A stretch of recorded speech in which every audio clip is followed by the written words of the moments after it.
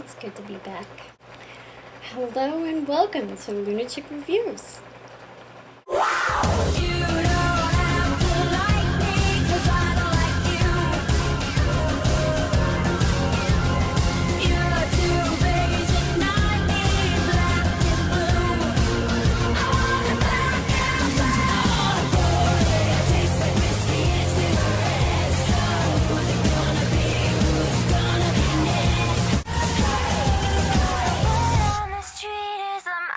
Control. But that's 'cause I am, 'cause I'm Sunny rock and roll.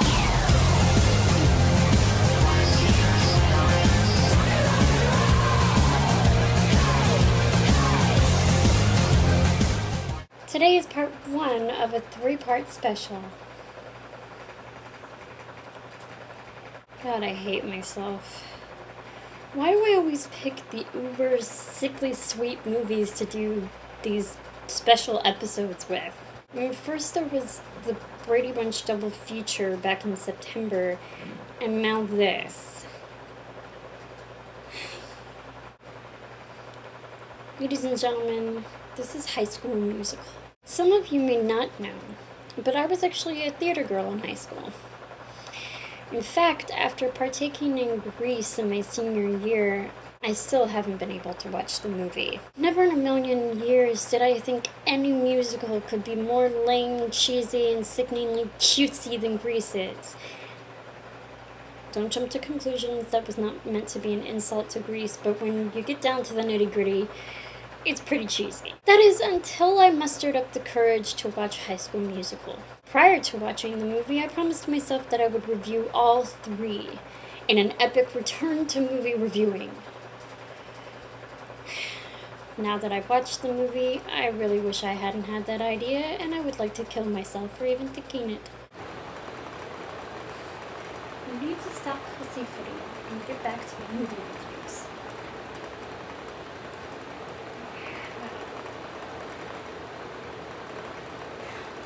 I know. Let's do a 3-part triple feature. That's a brilliant idea. But what trilogy is a surefire miss to be brutalized effectively? I got it! High School Musical! That's brilliant! I love me! You're such a genius.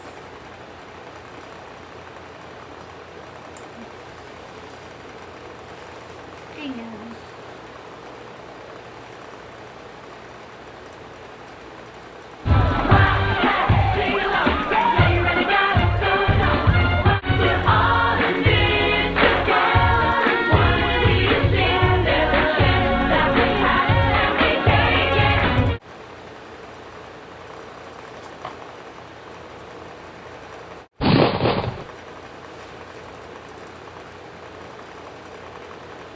We open with the father and son playing basketball.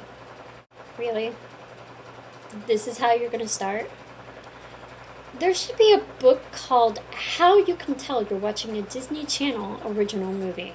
Aside from the bad acting, lame or overused plot points, and weak characters, of course. We learn the boy's name is Troy, played by the much overrated Zac Efron.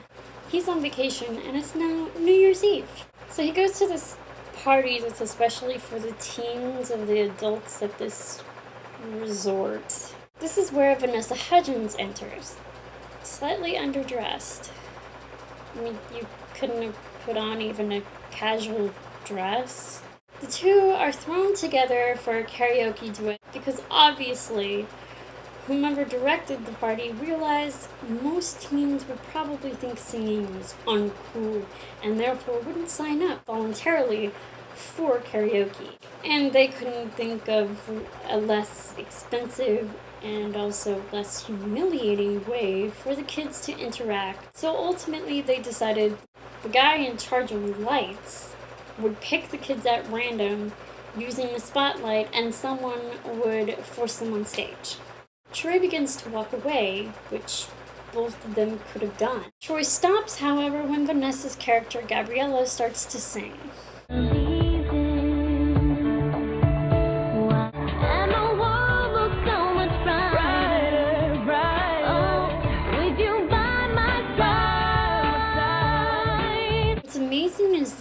have never met.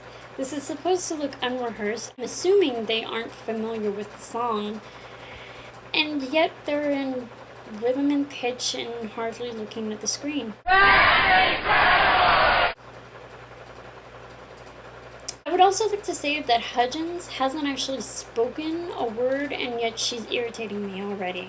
If you're a fan, I apologize if I'm offending you, but then again, if you're a fan, you really shouldn't be watching this review. Don't understand why she was cast. Her voice is tiny and mouse-like. She sounds like an 8-year-old singing, and I doubt very highly that her voice improves when she's talking. You can tell by their awkward glances at one another that they're gonna fall in love. Aww. How gay. And now looking in your eyes. Ugh, I just realized I have to suffer her voice throughout this entire film. Someone kill me, please. Hello. Karen. After their painful duet, Troy and Gabriella walk a bit. Seriously, you have an amazing voice. Were we listening to the same girl? I tried to solo and nearly fainted. Really? Why's that? Well, I took one look at all the people staring at me, and next thing I knew, I was staring at the ceiling. End of solo career. You poor girl. My dear, that fainting spell was a blessing. They stand awkwardly for a while, and all I can say is their cuteness is disgusting, and their acting is absolutely revolting. Even Cold Stone Creamery and Sprinkles Cupcakes aren't this sweet. I'm going to have a slew of cavities when this is over. They trade numbers, and he's alone. Stealthy. 2 weeks later, time out. Most winter breaks are 2 weeks. Typically, New Year's is the end of winter break. So only a couple days should have passed, not a couple weeks. Anyway, Gabriella has been transferred to East High, the same school that Troy attends.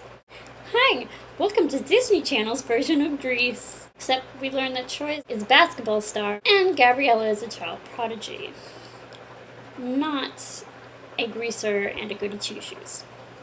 Gabriella arrives for her first class, theater, where Troy and his friend Chad are also seen. Why are two basketball stars and a couple of brainiacs, Gabriella and the black chick Taylor, in theater? Well, that's because it's a common misconception that theater requires almost no effort, when in fact that's not true. Choir would have been a better choice because you can fake singing. You can't fake a performance in front of your class. Especially a solo one. We meet the theater teacher, Miss Darbus, whom is your standard stereotype for theater teachers. Way too dramatic. Troy spots Gabriella Excuse me. by the back of her head, and he decides to text her. The phone goes off, and all of the students go to check their own cell phones. Haha. Instead of simply ignoring the text until after class, Gabriella reads it. Miss Darbus collects her cell phone, along with Troy, a snotty blonde chick, played by Ashley Tisdale, and her brother. That will be 15 minutes for you too, Mr. Danforth. Count them. That could be tough for Chad since he probably can't count that high. Taylor McKenzie, 15 minutes. And they all receive detention. With that, the bell rings and the kids depart. Yeah, I totally remember my classes in high school being that brief. I mean, literally, the first bell rings, there's some talk that goes on, Miss Darbus shows up, the cell phone thing happens, they all receive detention. Chad tries to get Troy out of detention, but ends up receiving detention himself, and then the bell rings again. And they leave.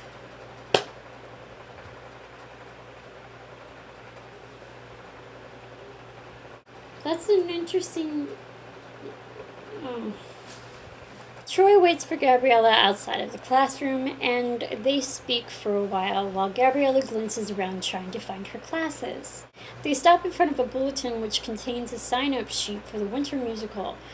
Once again, I'd like to say this is highly inaccurate, since the winter production would more than likely take place before winter break, not after, because productions usually take about 3 months to put together. So there's no way they'd have time for the spring musical that our over-dramatic Miss Darbus mentions later in the film. This is where we're formally introduced to Sharpay, the star of theater. Right away you can tell that Sharpay is the Regina George of East High, because there is absolutely no subtlety to Ashley Tisdale's approach towards bitchiness. Were you going to sign up too? My brother and I have starred in all the school's productions, and we really welcome newcomers. There are a lot of supporting roles in the show. I'm sure we can find something for you. I would like to take this moment to point out that this is the longest between classes break that I have ever encountered. The realism in this film is outstanding. And we move on to basketball practice, where we get a song about basketball. Just keep your head in the game. You gotta get your head in the game. You gotta get ahead in the game. Oh my god. I'm gonna die. Wait. You gotta get your Pause. Didn't what's-his-name tell Miss Darbus that Troy can't have detention because he'd be missing practice, which was absolutely vital if they were to win the championship? Rewind.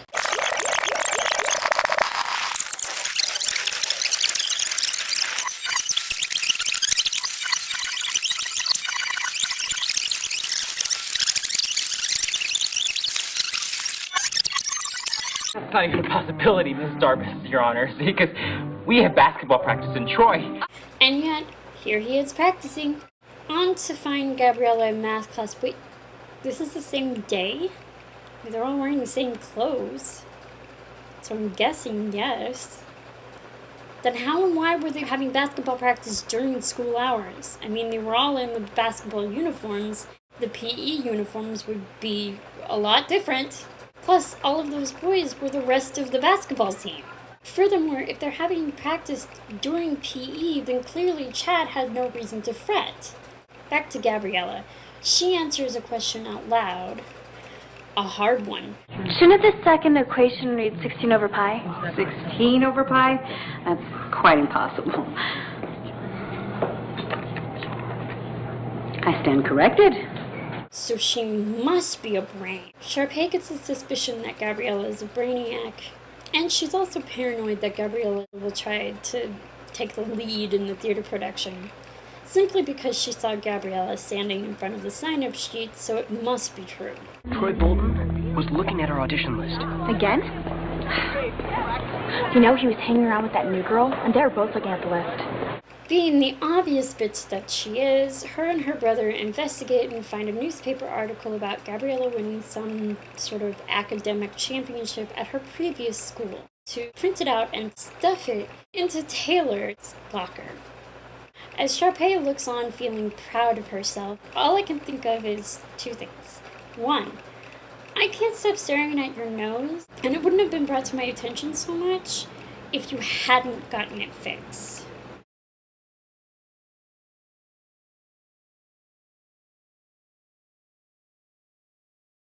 Number two, your bitchiness is cliche. I've never come across girls like this in high school. I mean, there were bitchy girls, don't get me wrong, but they weren't as they're depicted in films. And I just thought of another thing. Isn't Sharpay a breed of dog? And not a cute one either. But what a perfect way to get caught up! Meeting with the smartest kids in school. What a generous offer, Taylor. Oh my god. Way too cliche. So the basketball coach, who happens to be Troy's dad, discovers his son and another player are in detention. He storms into the auditorium to retrieve them. He and Miss Darbus speak to the principal. The principal, of course, plays favorites, which is very true in reality. It's a common problem in high school, especially between performing arts and athletics.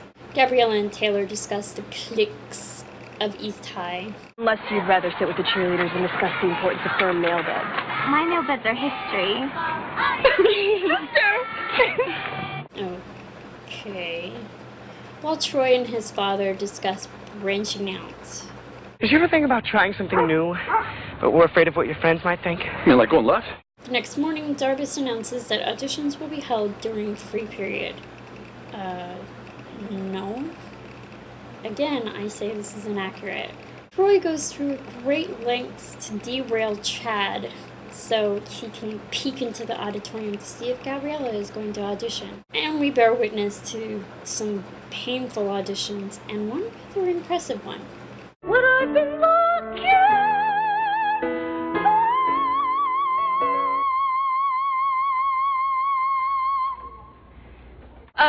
Brava. Perhaps the spring musicale. Opera is never given the proper respect. You know what? Brava! That was outstanding.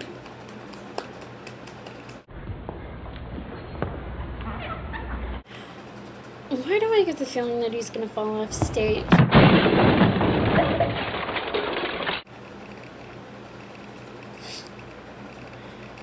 Oh, how I love when people are injured for my entertainment. Gabriella shows up behind Troy, who is still looking on at the auditions behind cleaning supplies, no less. And we get Sharpay and Ryan's audition. Miss Darbus praises them beforehand. Sharpay and Ryan, I think it might be useful for you to give us a sense of why we gather in this hallowed hall. And watching their audition, I have to say that this is rather... what's the word? Revolting? Ashley sounds like a bad Britney Spears impersonator. This feeling's like no other. I want you to know. And the whole performance comes off as very pretentious. Clearly these two have never heard of that word nor know its meaning. The song ends and the composer, Kelsey, is told off by Sharpay. If you do the part with that particular song, I imagined it much slower. That you do not offer direction, suggestion, or commentary. And you should be thankful that me and Ryan are here to lift your music out of its current obscurity. I've been in 17 school productions. Impossible. You're a sophomore, correct? Actually, she's a junior. They all are. Really?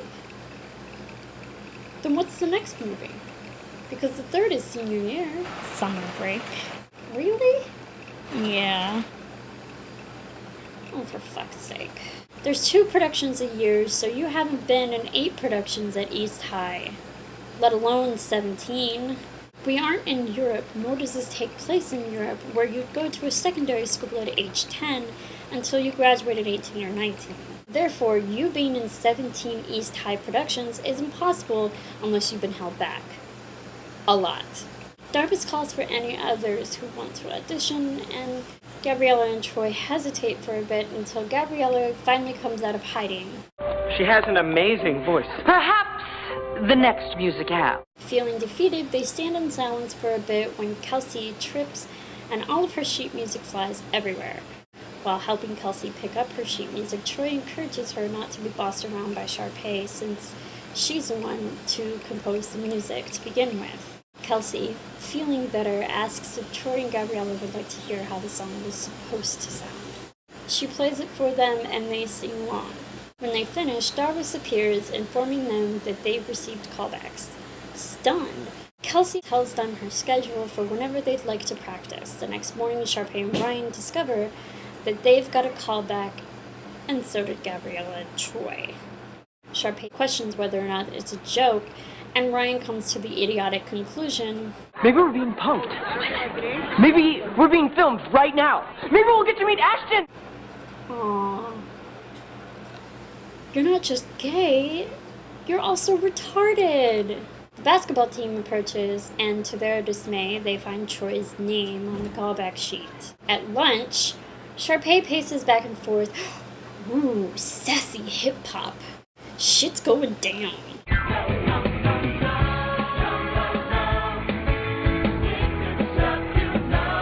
Oh yes, a horrible song. This is not what I want.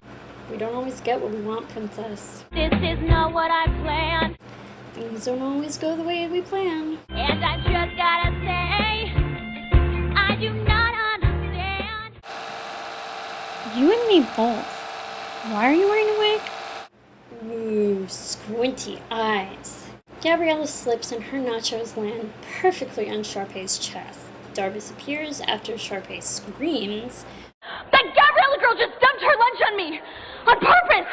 It's all part of their plan to ruin our musical. And Troy and his basketball robots are obviously behind it. Chad scolds Troy for auditioning. He blames Troy for the school confessing they like to do things outside of their clique. Well, if Troy can tell his secret, then I can tell mine. I bake. Hip-hop is my passion. I love to pop and lock and jam and break. Right, if Troy wants to be a singer, then I'm coming clean. I play the cello. Darbus goes to see Coach Bolton, and we get an awkward bit of her in the boys' locker room. Thanks for that, Disney. I will not allow my Twinkletown musicale to be made into farce. Twinkletown? Okay, I'm a theater buff, but even I'm with the coach on that one. Twinkletown?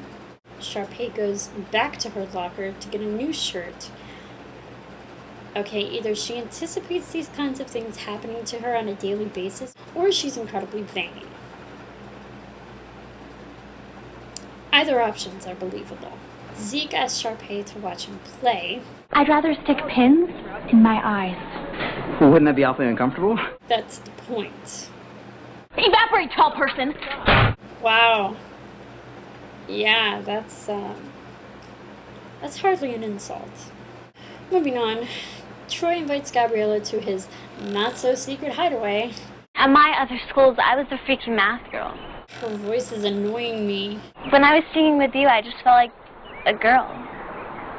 You even looked like one, too. Stunning observation, Casanova. So they practice separately and secretly. Wow. Her own reflection made her jump. Troy misses practice. He stays late, and Gabriella comes in. Bolton asks her to leave, and Troy gets into an argument with his father. That girl shows up. That girl is named Gabriella. But you're a playmaker. Not a singer. Hey. Did you ever think maybe I could be both? Which is the prime example as to why I don't date sports buffs. Chad scolds Troy some more. When he doesn't get through, he turns to Taylor and her brainiac friends for help. Sharpay, looking a lot like Liberace and Paris Hilton's retarded love child, and Ryan look on, assuming They must be trying to figure out a way to make sure Troy and Gabriella actually beat us out. Now, the jocks rule most of the school, but if they get Troy into the musical, then they've conquered the entire student body. And if those science girls get Gabriella hooked up with Troy Bolton, the Scholastic Club goes from drool to cool. I bet you believe in aliens and the abominable snowman, too. I mean, you're wearing a vest that looks like it was lined with the abominable snowman, so... The following morning, the jocks and the brains embark on their master plan. Chad and the rest of the team ambush Troy in the locker room, going down the list of amazing basketball players from their high school, making the point that none of them, to their knowledge, took part in theater. At the same time, in math class, Taylor and her brainiac crew are trying to convince Gabriella that the brains and jocks do not mingle. And the singing. Man, I'm for the team. I've always been for the team. She's just someone I met. All right, the singing thing is nothing. Probably just a way to keep my nerves down. I don't know, it means nothing to me. You're my guys, and this is our team. Gabriella is not important. I'll forget about her. I'll forget the audition, and we'll go out and get that championship. Everyone happy now? Wow, you were preaching about lunkhead jocks, and yet what you did was way lower than the jocks ignoring people just because of their friends. Really lower than low. Clearly brokenhearted, she begins to sing to herself. I thought you were my fairy tale. Sweetheart, you're in high school. There's billions of guys in the world, literally. I feel like I was dumped into a 1990s pop music video. Please end already. And you. Oh, thank God.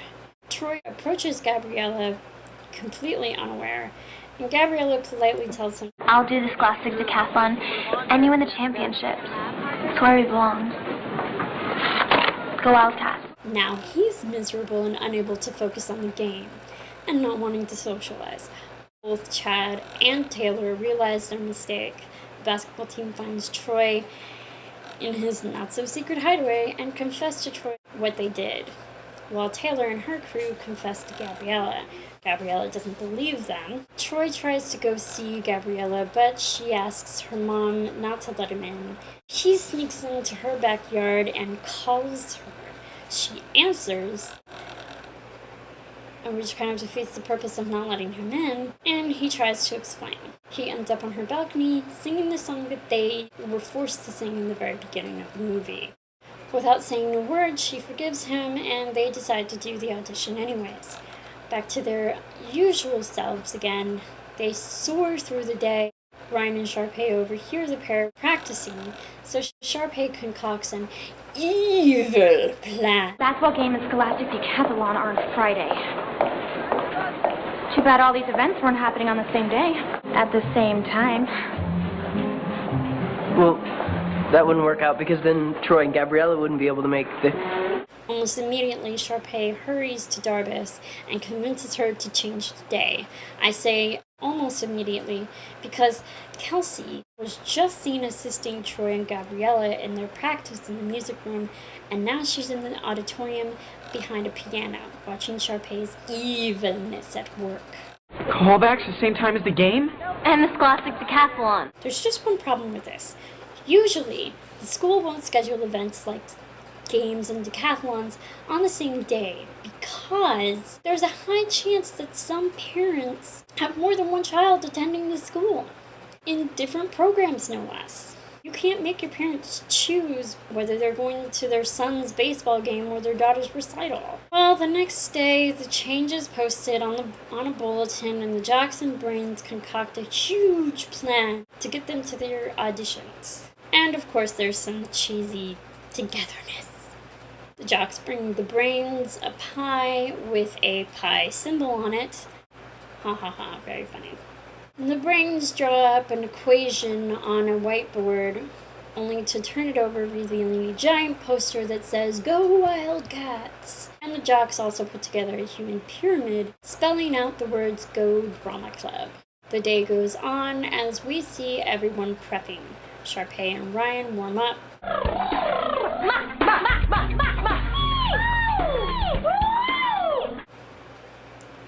God, you guys need help. The game goes off without a hitch, as does the decathlon.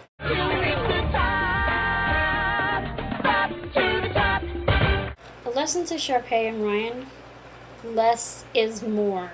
Taylor sets off a signal from her laptop, causing technical difficulties in the gymnasium, then sets off a smoke bomb in the room the decathlon is taking place. Both of them head to the auditorium. They're almost refused until the rest of the school makes their way to the auditorium as well. Naturally, they knock Sharpay and Ryan out of the park because, like I said, less is more. The Wildcats finished the game, winning the championship, and the Brains also won their decathlon.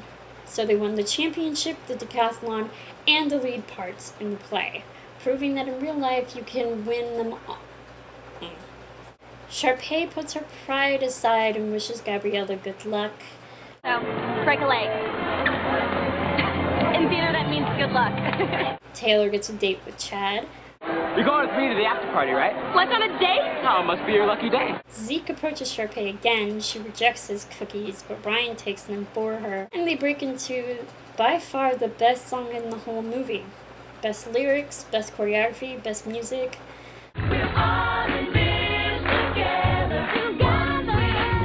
The credits roll. There's this cute bit with Zeke and Sharpay at the very end. These cookies are genius. The best things I've ever tasted. Will you make some more for me, Zeke?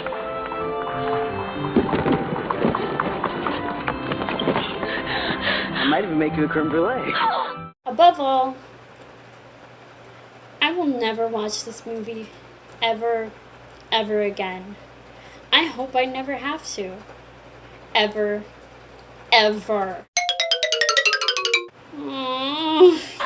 Please, somebody kill me now.